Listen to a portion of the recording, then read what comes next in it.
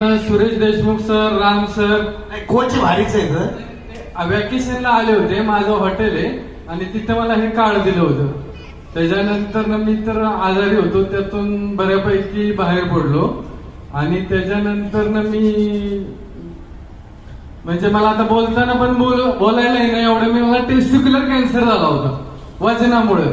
आणि त्याच्यानंतर कोण करू शकतं, जो खाट्यावरती गेलाय हॉस्पिटलमध्ये तोच माणूस तुम्हाला सांगू शकतो त्याची व्यथा काय आहे. आणि मी आता टार्गेट म्हणून काहीच करत नाही. जो लोक म्हणतात मला होत नाही काय नाही, पण माझ्या डोळ्यातलं पाणीच लोक बघून मला फोन करतात आणि तू कसं केलंस आणि आम्हाला करायचं.